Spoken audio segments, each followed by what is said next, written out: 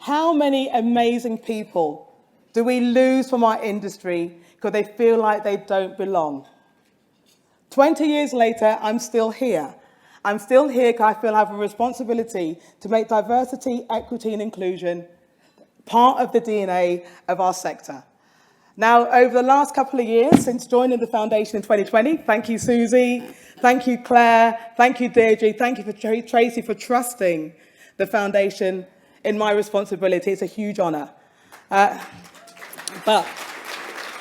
So over the last couple of years, I've spoken to many, many leaders across many sectors. The great thing is that there's been a huge increase in the number of diversity, equity and inclusion roles. According to LinkedIn, there's been an increase of 71% in appointments to these roles over the last 5 years.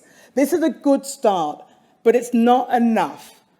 Putting somebody in the role and making it their responsibility is a start. But we need to change the systems. This is something that needs to be a priority across every role, every single department. Now, I use this analogy all the time. I'm from the UK, in case you haven't heard, you haven't realised. Born and bred in historical Newark-on-Trent, just outside Nottingham, for those of you that want a bit of a geography lesson. So growing up in the 70s or 80s, I used to love watching my local football team, Nottingham Forest. Now, if I was to show you a photograph of the Forest team in the 70s and compare it to Nottingham Forest now, there'll be one very noticeable difference. And the difference would be the diversity across the team and the diversity across leadership. Because what had happened in the UK is that teams realised that if they wanted to be the best football team in the world, they had to have the best talent in the world. So they set out with intent and purpose to seek out that talent, not only seek them out, bring them back to the UK and create an environment where everybody could exist, everybody could thrive, everybody felt like they belonged.